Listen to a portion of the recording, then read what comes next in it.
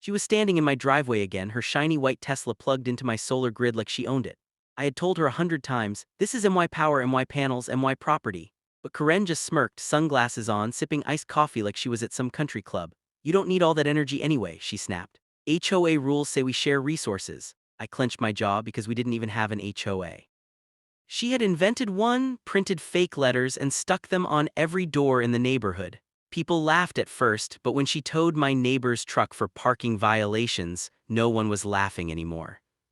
That morning, I caught her red-handed. Her Tesla was draining my system, and the lights in my house flickered while her battery bar climbed higher. My little girl had been crying last night because the AC went out during her asthma attack. I wasn't going to let Karen steal from me again. I walked over slowly, keeping calm. Unplug your car, Karen. She tilted her head and smirked. Or what? Call your little police friends. I already reported you for energy theft. They'll be here any minute. I froze, pretending to look worried, but inside I almost laughed. Because what she didn't know was, I was the one who installed the entire solar grid for the county. I knew every bolt, every wire, every breaker. And if she wanted to play games, I had one twist waiting for her that she could never see coming.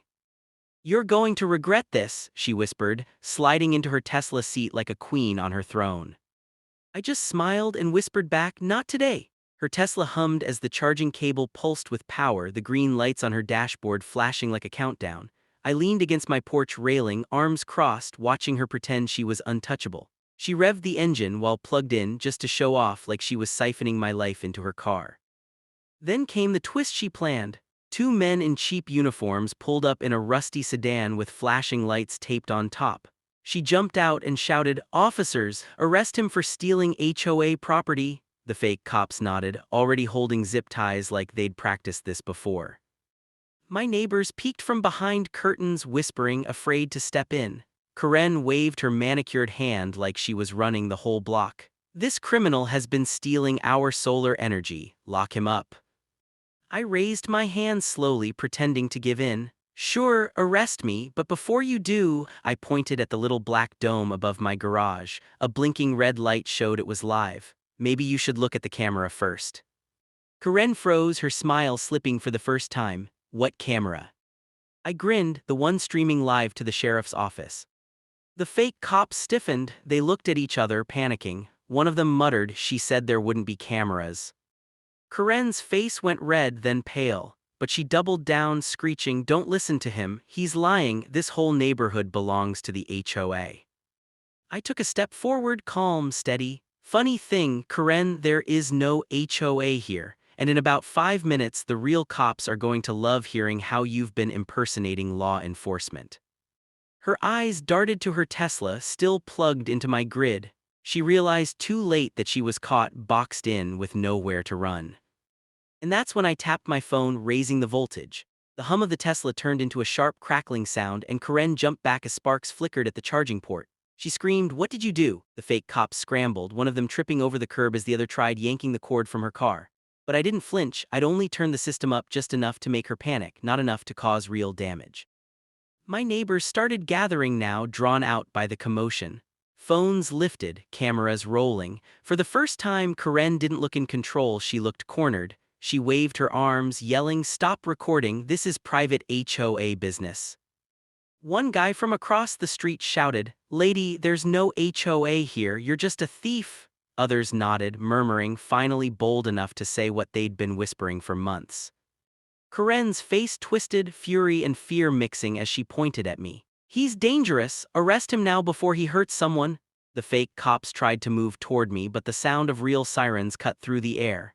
Not the scratchy, fake sound from their junk car, this was the deep, echoing wail of county cruisers. Karen froze, her jaw dropping. The men in uniform stiffened like deer in headlights. My heart pounded, but I didn't move. I just looked her dead in the eye and said quietly so the cameras could pick it up, "You wanted power, Karen, well here it comes." The sheriff's car screeched to a stop right in front of her Tesla, lights blazing across the street. Two real deputies stepped out, hands on their belts, their eyes moving from me to Karen to the fake cops still clutching zip ties. Her plan had just exploded in her face. The sheriff's boots crunched on the gravel as he walked up slow, scanning the scene. Karen rushed forward, waving her hands like a drowning woman. Finally, arrest him, he's been stealing HOA electricity, attacking me and endangering the neighborhood. The deputy raised a brow, glancing at her Tesla still tethered to my solar line. Ma'am, whose property is this car plugged into? Karen hesitated, her lips twitching. It's community property, the HOA owns all utilities. That's when I stepped forward, calm and steady. Sheriff, here's the deed. I pulled the folder from under my arm, land papers, solar installation permits, everything stamped and notarized. I'd been waiting for this day. This land, this house, these panels, everything here is mine, and she's been trespassing and impersonating an officer. The sheriff flipped through the papers, then turned toward the fake cops. Which department are you with again? The taller one stammered, we're, with HOA Enforcement Division. The sheriff's eyes hardened, there's no such thing. In an instant, his partner had both men against the hood of the rusty sedan, yanking their fake badges off their shirts. The crowd erupted, neighbors cheering, laughing, finally seeing Karen exposed for what she was. Karen's face went ghost white. She looked around for someone, anyone, to back her up. But the cameras were everywhere now, dozens of phones recording as the sheriff turned back to her. Ma'am, you're under arrest for fraud, trespassing, and conspiracy with these two clowns. Her scream echoed through the street. No, you can't do this, I am the HOA. I couldn't help but smile, not anymore, Karen. And right as the deputies moved to cuff her, her Tesla gave one last spark and the charging lines snapped free, hitting the ground with a pop, like a final exclamation point to her downfall. Karen thrashed as the deputies pulled her wrists behind her back, screaming like the world owed her something. This isn't over, you'll regret this, I'll sue all of you. Her voice cracked, but nobody believed her anymore. The neighbors, people she had bullied for months, stepped closer, phones in the air documenting every second. The sheriff's radio crackled as dispatch confirmed something I already knew. Be advised, subject has multiple prior complaints of harassment and fraud in surrounding counties. Karen's jaw dropped. Lies, those are all lies. I tilted my head, looking at her. Funny how all your lies finally caught up, huh? You used my daughter's blackout to charge your Tesla, Karen. That's not just theft, that's cruel. The crowd went silent for a moment. Even the deputies paused, hearing the weight in my voice. I wasn't just another neighbor tired of her nonsense, I was a father protecting his home. One of the deputies leaned toward me. Sir, you handled this better than most, but tell me, how'd you know they'd show up today? I gave a small grin because I baited her. I left the grid active on purpose and I told the county to be ready. She walked right into it. Karen screamed again, struggling in the cuffs. He set me up, this is entrapment. The sheriff looked her dead in the eye. No ma'am, this is justice. They shoved her into the back of the cruiser, the door slamming shut on her muffled shouts. The fake cops were already sitting in the second car, pale as ghosts, their phony uniforms ripped off and tossed aside. I looked around at my neighbors, some clapped, some just let out a sigh of relief, but all of them finally looked free. And as the cruisers pulled away, one neighbor muttered just loud enough for everyone to hear. He didn't fight for this country just to be bullied on his own land. For the first time in months, the street felt alive again. The night settled in quiet after the cruisers left, but the energy on the block was buzzing. Neighbors who barely spoke to each other before now stood in little clusters, swapping stories about what Karen had done to them.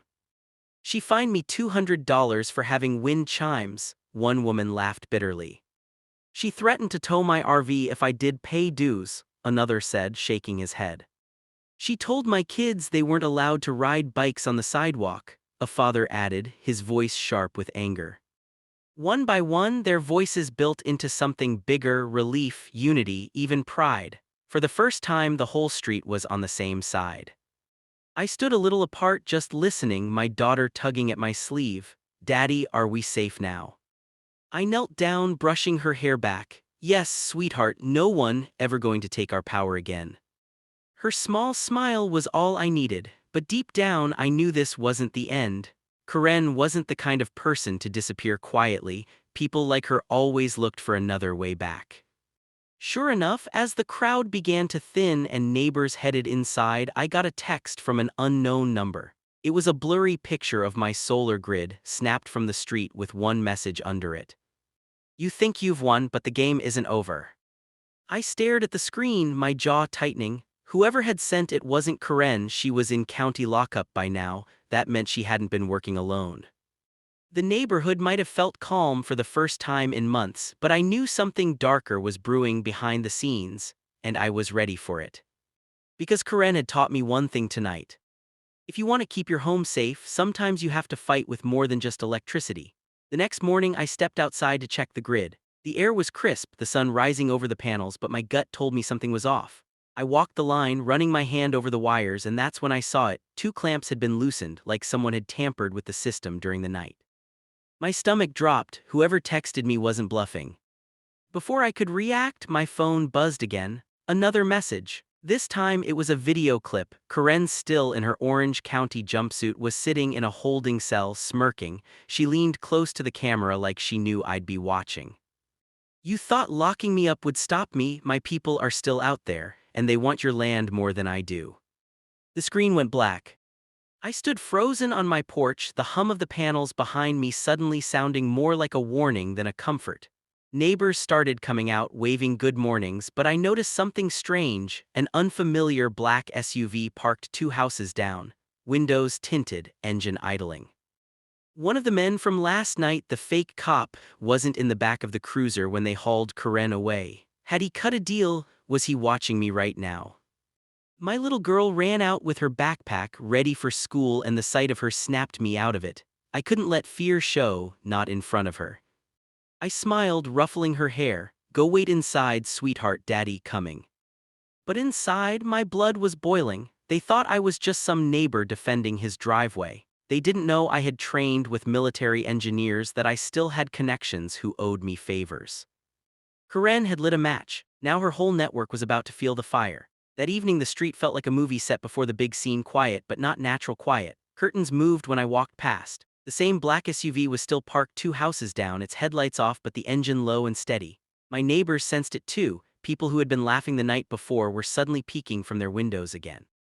I went into the garage and shut the door behind me. The smell of hot metal and oil filled the air. I pulled open an old steel locker I hadn't touched in years. Inside were dusty boxes, but beneath them sat my old field kit, equipment from my years as a military engineer. I flipped it open and checked the contents. Encrypted radios, micro cameras, and a small silver drive with every contract I'd ever worked on, including the solar grid blueprints for the entire county. My phone buzzed once more. Another unknown message. You still think it's your land? We're coming for it tonight. I let out a slow breath, sliding the silver drive into my pocket. This wasn't about a Tesla anymore. This was about taking my home, my daughter's safety, my life. As the sun dipped below the rooftops, I climbed up to my attic and positioned a micro camera facing the street. The black SUV was still there, 2 silhouettes inside. They weren't watching, they were waiting. I called the sheriff's direct line, the one he gave me after last night. It's happening now, I said. Stay inside, he warned, backup on the way. But I'd already made up my mind. No, if they want my grid, they're walking straight into it. I walked back downstairs, flipped the main breaker panel, and rerouted the system manually, every volt, every amp controlled from my phone. The house looked dark and dead from the outside, but inside it hummed like a loaded trap. I sat by the front window, watching the SUV door crack open. 2 men stepped out, dressed in black, moving low across my lawn. Karen's game wasn't over, but neither was mine.